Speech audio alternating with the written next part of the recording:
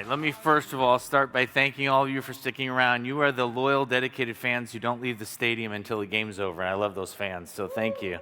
Thank you, appreciate it. For those of you that don't know me, I'm Mark Meissner. I'm the Senior Vice President for Education and Engagement at the PCI Council, and I wanted to take just a few minutes today to talk to you about all the ways that you can participate with the Council and with our larger community. There's more ways to participate today than there have ever been. So we've been talking all week about next year's our 20th anniversary. This really is the best time to get involved in the council because there's going to be so many changes happening in the next 18 months to 2 years, and there's never been a better time to get involved and make sure that your voice is being heard. We'll talk a little bit about the evolution of payments as payments have evolved and as the change of pace in our industry has taken off. So has the way the council has engaged with our stakeholders. We had our very first European community meeting in 2008. And as you can see some of the highlights here along the way, we've added an Asia Pacific community meeting, we've added regional engagement boards, we've expanded our board of advisors. We've really expanded the way that we engage with our stakeholders because as payments have changed, one of the things we want to do is we really want to bring more expertise to the table so that as we're creating standards and modernizing standards and programs, that we've got the right people talking to us and giving us the information that we value and need. So let me walk through some of the ways that you can contribute to our community. So how PCI engages across our ecosystem, as you can see, we touch a lot of different areas. We touch service providers and banks and processors and the payment networks and merchants. Those are people we directly are involved with, but there's also communities outside of them that are impacted by what we do as well. And it's important to us that everybody have a voice and everybody has an opportunity to participate and weigh in. Some of the pathways to participation, we have a lot of ways to be involved. We have companies on our website who have products that are listed on our webpage. We have our certifications, our ISA, QSA, and PCI P certifications are our most popular. We have our Associate Participating Organization program, which I'll talk about here in a little bit, but that's our main membership. We have our Principal Participating Organization group, which is for those companies that want to be involved with us at an elite level. We have our affiliate members, which is open to regional and national organizations that define standards and influence adoption by their constituents. We also have our Global Executive Assessor Roundtable, which is designed for our assessor community. And we have our strategic member, which is a strategic membership is open to multinational acceptance marks that demonstrate a commitment to the PCI standards. But I'd like to talk now a little bit more detail about our PO program. So we have 3 levels of participation, starting with the individual level. And the individual level is really designed to be for those folks who want to be involved, but their organization may not join. So think about a college professor, for example. That is someone who might do a study that impacts payment security or might be involved in payment security and what they do, but their university probably isn't going to join us. And so for those individuals, we want to make sure that they could still be involved and participate, so we created the individual level. For the Associate Participating Organization, that's our main our participation level. We have almost 700 of those around the world. This level allows you to participate in our request for comment periods, which have been very popular and is a great way for you to impact the standard as it's being developed. You have a chance to vote for our Board of Advisors, so you can decide who serves on the Board of Advisors. If you're an APO, you can also run for the Board of Advisors yourself if you want to take a shot at that. You get discounts on trainings as an associate participating organization. You receive free passes to events like this. You get 2 free passes for every one of our community meetings. And you get the opportunity to obtain continuing professional education credits, CPE credits. I know a lot of you in this room have professional certifications that require you to get CPE credits during the year. I know this because in Q4, everybody's always racing to get them in before the end of the year. With being a member of the council, you don't have to do that because we offer over 100 CPE opportunities, including attending this event. So you can get a lot of your CPE credits. In fact, you can probably get all of them through the council. And so that, for a lot of organizations, they'll use their CPE budgets to join as an APO so that they can get their CPE credits. Point is, if you take advantage of all of the benefits that come with the APO membership, it more than pays for itself, and it's a really great bargain. We also have our Principal Participating Organization program, which we launched 3 years ago. This is for those companies that really want to be involved at an elite level. It's for those companies that want to help set the strategic direction of the council. We'll be having our annual PPO meeting in December with our PPOs. We started that program a little under 3 years ago, and we already have 43 organizations. It's been a tremendous success, and it's a group that really is helping to drive the direction of the council and the work that we do. So you have a lot of opportunities for contributions. We really value the feedback that we get from our stakeholders. It oftentimes drives the standards that we're working on or the modifications to them. We have dedicated public comment periods, or requests for comment periods that happen along the way whenever we're putting a standard together. And those give you an opportunity to really weigh in directly as the standard's being developed and make sure that your voice is being heard. We've had 2 recently that were very popular. When the DSS version 4 was being put together, we had over 6,000 comments from over 200 companies from around the world. When we put together the MPOC standard, we had a lot of participation in that as well, as you might imagine. All comments that we get through our RFCs are comments that will be responded to. And what's important to know is that between now and end of next year, so between now and end of December of 2026, we're going to have 6 RFCs. So if any of these issues are important to you, or you want to have something to say about them, make sure that you are an APO and that you're paying attention to when those RFCs open, because you'll have an opportunity to weigh in. We've got a lot. It's going to be a busy RFC period between now and end of next year. Other ways to collaborate. So our Board of Advisors, that is the body that represents our larger PO community. So I mentioned earlier we have about 700 POs. They vote for the Board of Advisors, and that's really their voice to the council. As strategic leaders, they help bring market, geographical, and technical insight to the council. Our GEAR is for the assessor community. That's our Global Executive Assessor Roundtable. This is a group of senior executives from PCI assessor companies that give us advice, direction, and guidance on issues involving assessments. And our regional engagement boards. We launched one in Brazil a few years ago, and that is designed to have regional input to the council. We just launched another one that's going to be South Asia and India. We're really excited about that. The Regional Engagement Board in Brazil brings us a bunch of regional insights from Latin America. They've also given us guidance around what documents and what standards need to be translated into Portuguese. And we've also been able to develop some nice case studies, some real-life case studies with that group. We're hoping to do the same thing with the South Asia, India, REB. We're really excited about that because that's a region where there's a significant amount of interest in the council and what we do. And when we launched that a couple months ago, we have a lot of participation. A lot of people already lined up want to help. So the other thing to note about these groups represent you. So if you know somebody who's a member of this group, go talk to them. If you want to have your voice heard with the council, because they represent you and they oftentimes can bring your viewpoint or your questions or your concern to you. Think of them as a representative on your behalf. So now I want to talk about some of the resources that the council offers. We put a considerable amount of work and effort into resources that we provide for free, that we want to make sure that everybody's aware of so that you can stay up with what's going on with the council.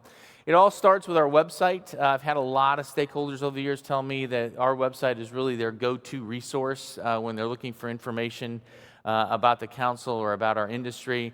It's designed for that, so it's designed, we want it to be a website that you keep coming back to get information. Our website has a little bit of something for everybody. We have a dedicated standards page, and this was based on a request that we received from the larger community. We were asked for years, can you put together a page for each standard that you have that kind of lays out what the standard is, who it applies to, and all the information related to that standard. So we did that. It was a pretty big undertaking. but we're really proud of this page, and this is a page that will evolve as our standards evolve. But each one of our standards now have a dedicated page just for the standard, and that dedicated page tells you who's the intended audience for the standard, the key documents related to that standard, the professional qualifications associated with the standard, the training information and resources. Think of it as your one-stop shop for each one of our standards. It's a great resource for you. It might also be a great resource for maybe a client or a customer that you have that's struggling to understand something. This page is designed to help people look up a standard and be able to understand it and follow it very quickly. Our document library is a really valuable resource. It houses every important document that the council has put out over time. If you're looking to do a search of something, it's very searchable. What's great is oftentimes trying to find a document, especially if it's a document that might be a little older. It's kind of like trying to find a needle in a haystack, right? So we've made it where all these documents are in one location. You can search. You're seeing right now doing a search on a DSS version 4 document. Everything that you need as far as documents related to the council can be found on this page. Our FAQ page, so if you've got a question about a standard, there's a pretty good chance that there's a whole bunch of other people that have that same question. So we have a dedicated page for our FAQs that help answer many of the common questions that our stakeholders have asked on a range of topics, questions about our standards. One question we get a lot of, because we don't do compliance, the PCI Council does not do compliance, the brands do. A lot of times people say, how do I reach the brands? How do I reach the brands to ask a question about compliance? That's one of our FAQs. So our FAQ page is very popular, and if you have a question, go search there, because there's probably a good chance other people have asked it, and we might have an FAQ on the topic. Our training and certifications continue to be very, very popular. We went back to in-person trainings this year, as Diana mentioned in her presentation earlier this week. Our training and certification page has all the information that you need about the various trainings, including information about the training schedule, and who is eligible for the training. One thing to note, if you're an associate PO, you get a discount on trainings. If you're not an associate PO and you're going to do trainings, think about signing up, because you'll be able to take advantage of the discount. If your organization has a large number of individuals that would like training, ask us about corporate trainings, because we do corporate trainings on site. We'd be happy to work with you on that. And then stay tuned, because the 2026 schedule is going to be released on November 1st, just in a couple of weeks. And you can begin registering on December 1 for courses. And like I mentioned, they're very popular. They fill up fast. So keep an eye out for that. And don't forget that if you do trainings and certifications, you can also get CPE credits for that. So for those of you that need CPE credits, keep that in mind as well. We've dedicated a considerable amount of resources making sure that you can stay up and updated on what we're doing. A few of those, let's walk through real quick. Our PCI blog. Our blog is something we're very proud of. We joke internally that our blog's become kind of a mini trade publication, because we have so many subscribers now. Gina touched on a couple of those, some of those really gaudy numbers earlier this week. But we always laugh, because we do have numbers that some trade publications would be very happy to have.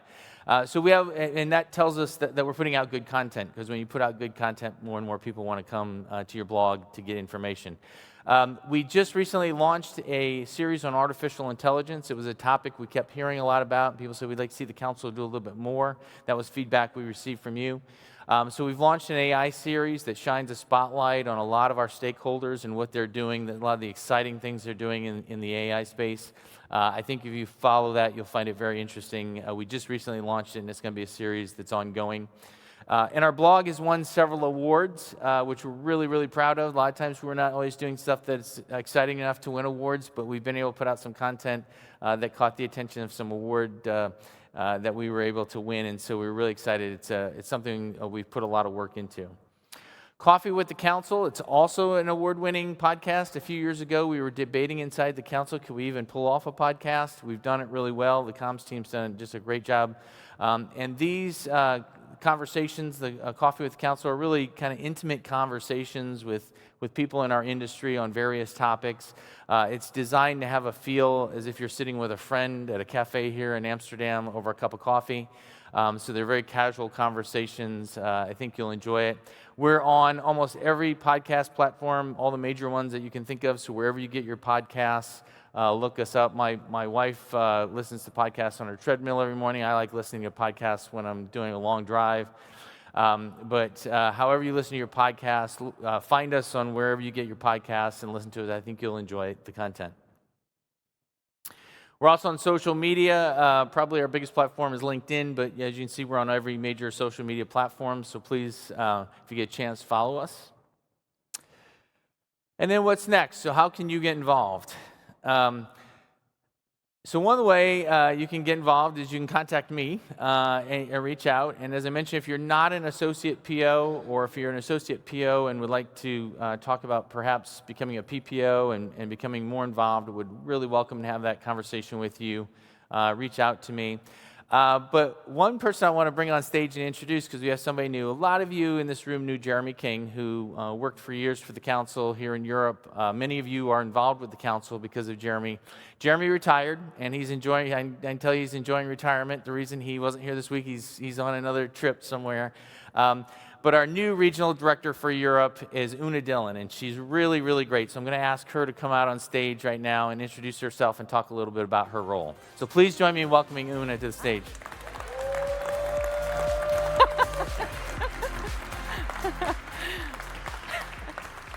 All right, thank you. So Una, why don't you tell us a little bit about your background and about what you're doing for the council? Yeah, like what the hell am I doing here? Why do they take me on? Hello, everybody, and thank you for being here and for staying. And I know I met a lot of you over the last few days, and if I didn't meet you, please feel free to come and see me. So as Mark said, I'm Una Dillon, and I'm your new regional director for Europe. And I think the reason that I was entrusted with this role and looking after you in Europe was, I guess the first thing is because I'm Irish. That's sort of it's one of those superpowers that's very well known. I think, thank you. There is a huge Irish contingent here. Yay!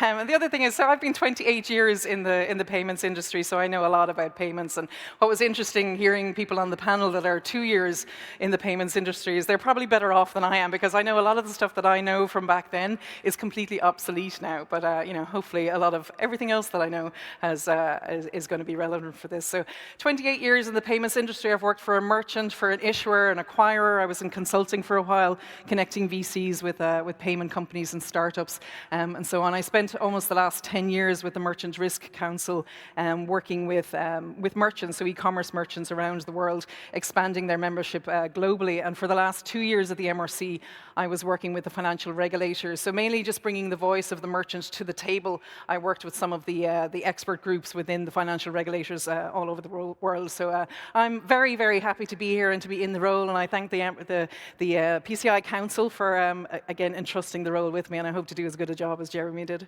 Yep. And I can tell you, so far this week, I think everybody I've talked to already knows you. It's amazing to me how you know everybody. It seems like you know everybody in Europe already. I'll ask you one quick question. Yeah. So what do you see as the biggest challenges facing Europe when it comes to protecting payment data?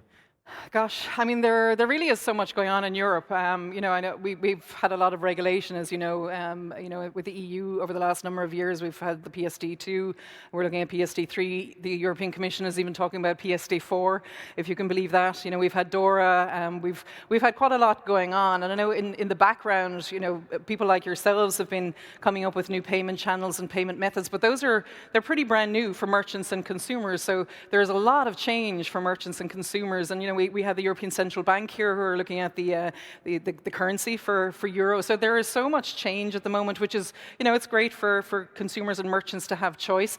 But with those changes, obviously, come vulnerabilities. And a lot of the criminals that we're seeing, they have very much evolved. From when I started getting involved in fraud and cybersecurity and so on, we just see so much change. The criminals now have everything that we have access to in terms of AI. They're looking at digital solutions to what they're doing, and they're coming up with I guess they can be more innovative than we can, quicker, because we're focused on so many other things. So you have those vulnerabilities, and so that's what I will be focused on. I'm very much looking at talking to people about the concerns concerns and the issues that are out there, and what the council actually does to help secure the various transactions and the various channels. And we're very much looking at the future on all of those things. So we're all about engagement and education, and that's what I'm going to be doing very much across Europe and engaging all of you. So as I said, if I haven't met you already over the last couple of days, I probably have. But if I have not, do feel free to reach out to me anytime. You can find me on LinkedIn or through our website.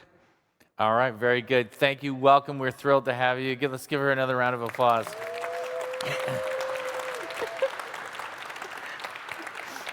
And with that, we are at the end of our week. So thank all of you for attending the community meeting. Thank all of you for staying for the last presentation. Greatly appreciate that. I hope you learned a lot. Hope you had a little fun along the way. I know some of you did. I saw you out and about, and I saw you at the reception. Look how everybody's having fun.